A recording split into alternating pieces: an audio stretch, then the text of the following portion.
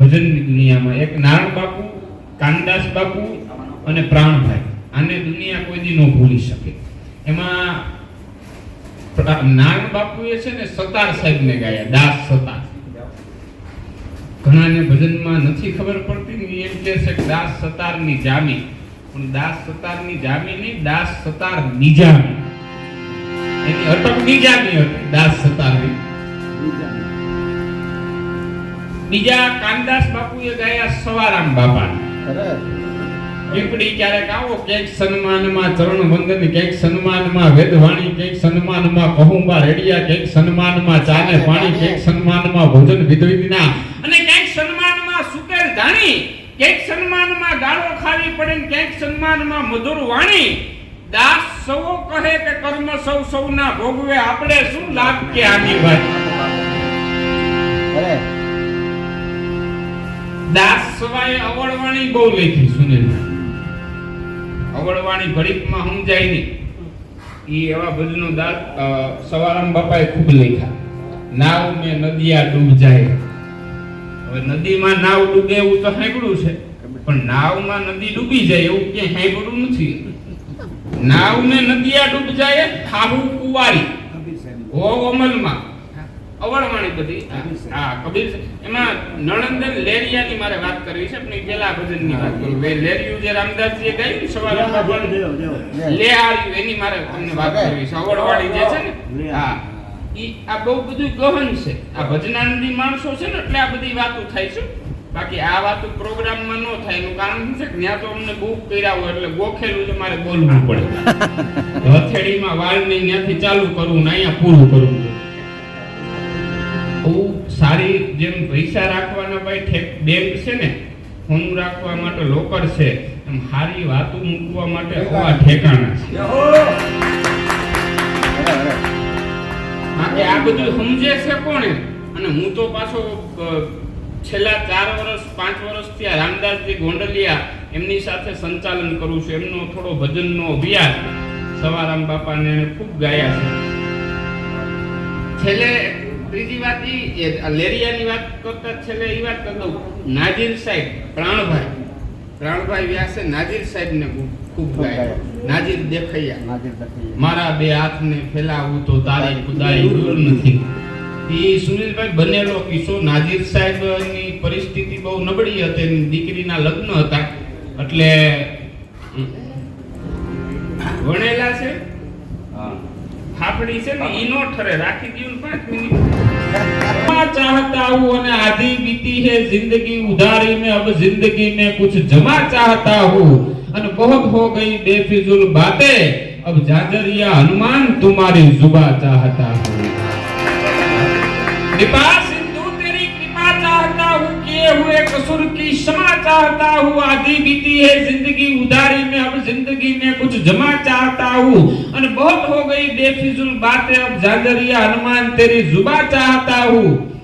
અને છેલ્લી કડીમાં હિંગોળદાને બહુ સારું લખ્યું છે કે પરેશાન હે પરતંત્ર સે હિંગોળ, परेशान है परतंत्र से हिंगोड़, अब स्वतंत्रता की खुशनुमा हवा चाहता हूँ, कृपा सिंधु तेरी कृपा चाहता हूँ. જેવી કૃપા હનુમાનજી મહારાજની થઈ ગઈ છે, જાજરિયા હનુમાન દાદાની, ત્યાં આજે આવવાનું થયું મારા પરમ સ્નેહી મિત્ર સુનિલભાઈ. એટલે મુંબઈનું એક ઘરેણું કહી શકાય. અમારા બેયનો વિષય હાસ્યનો છે, પણ અમે બે ભજનને પ્રેમ કરીએ છીએ સાહેબ. એટલે સારા ભજનીકો અમને યાદ કરે છે, માત્ર ને માત્ર ગિરનારી મહારાજ અને હનુમાનજી મહારાજની કૃપા છે સાહેબ. ભજન છે એ બહુ બધાયને સમજાતું નથી સાહેબ. એક જણો મને કે આ ચિકન ગુનિયા કબીર સાહેબ લઈ આવ્યા કે નહીં? મેં કીધું ચિકન ગુનિયા ને કબીર સાહેબ ને કઈ લાગે વળગે? મને કે નથી કેતા, કબીર કહે સુનો મેરે ગુનિયા.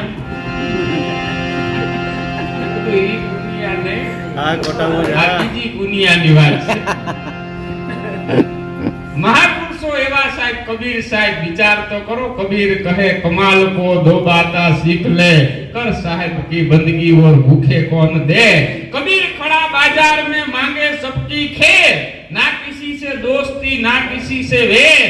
કબીર કુવા એક હે પનહારી અનેક, બર્તન સબકે ન્યારે ન્યારે પાની સબને એક. કબીર સાહેબ ને મળવા કોઈ માણસ આવ્યો એટલે પૂછ્યું કે કબીર સાહેબ ક્યાં છે? તો કે ભાઈ એ તો કોઈ ગુજરી ગયું છે, ત્યાં શમશાન યાત્રામાં ગયા છે. તો કે ભાઈ એને ઓળખવા કઈ રીતે? તો કે જેની માથે જ્યોત જલતી હોય ને સમજી લેજો કબીર સાહેબ છે. હવે શમશાનમાં ગયા તો મહાણમાં તો બધાય માથે જ્યોત જલતી હોય, એટલે કીધું ભાઈ ત્યાં તો બધાય માથે જ્યોત જલે છે, આમાં કબીર સાહેબને ઓળખવા કઈ રીતે? તો કે શમશાનની બાયણે નીકળે અને જેની માથે જ્યોત જલતી હોય ને સમજી લેજો કબીર સાહેબ છે. એવા મહાપુરુષો કબીર સાહેબ, બ્રહ્માનંદ, સતાર સાહેબ, નાજીર સાહેબ, શું વાત કરી સાહેબ. વજન કરે સો હાર મનવા, જેને શરીરનું, પૈસાનું, દાગીનાનું વજન કર્યું છે ને એ જગતમાં બધા હારી ગયા છે. વજન કરે સો હાર મનવા, પણ ભજન કરે સો જીવ. જેને ભજન કર્યું છે અલગ ધણીનું સાહેબ, એવા મહાપુરુષો આ જગતમાં જીતી ગયા છે. અને વાણીના 4 પ્રકાર, કોઈ પણ શબ્દ નીકળે ને તો એની 4 ધારા થાય. પહેલી વેખરી, બીજી મધ્યમાં, ત્રીજી પશ્ચિમી અને ચોથી છે ને પરા. પરા સુધી પૂગવું હોય ને તો ભજનનો સહારો લેવો પડે છે. બાકી વેખરીમાં અને મધ્યમાં જીવી શકાય, પણ પરાહુતિ જો પૂગવું હોય તો કોઈ મહાપુરુષોનો, કોઈ સંતોનો, કોઈ ભજનનો સહારો લેવો પડે. બાકી પરા સુધી પહોંચી ન શકાય. એમાં યમરાજા એક દી સુનિલભાઈ લેખ લખવા બેઠા હતા ને તેને એમ થયું 5 મિનિટ કામ છે તો કોઈ મનુષ્ય જીવને લેખ લખવા બેહે. તો મનુષ્યને લેખ લખવા બેહ્યો તો એમ થયું કોઈને આપણે ખરાબ શું કામ લેખ લખો? એટલે પહેલા 5 લાખ જીવ આવ્યા ને એને બનાવ્યા પીર, બીજા 5 લાખ જીવ આવ્યા એને બનાવ્યા દેવ, ચોથા 5 લાખ જીવ બનાવ્યા એને બનાવ્યા બાદશાહ, અને ચોથા 5 લાખ જીવ આવ્યા એને બનાવ્યા રાજા. આવીને જોયું ચિત્રગુપ્તે કે ઓહો આટલા બધા પીર, આટલા બધા રાજા, આટલા બધા બાદશાહ, પણ તેદીથી કહેવત પડી કે કોઈ મારા જેવો મૂર્ખ ભૂલ કરે તો તમારા જેવા સજ્જન એને સુધારી શકે ખરા. હવે ચિત્રગુપ્તના ચોપડામાં તો કઈ ચેક ચાક ન થાય. પીર હતું એની આગળ લગાડી નાખ્યું પીર ખરા પણ આડવું ના.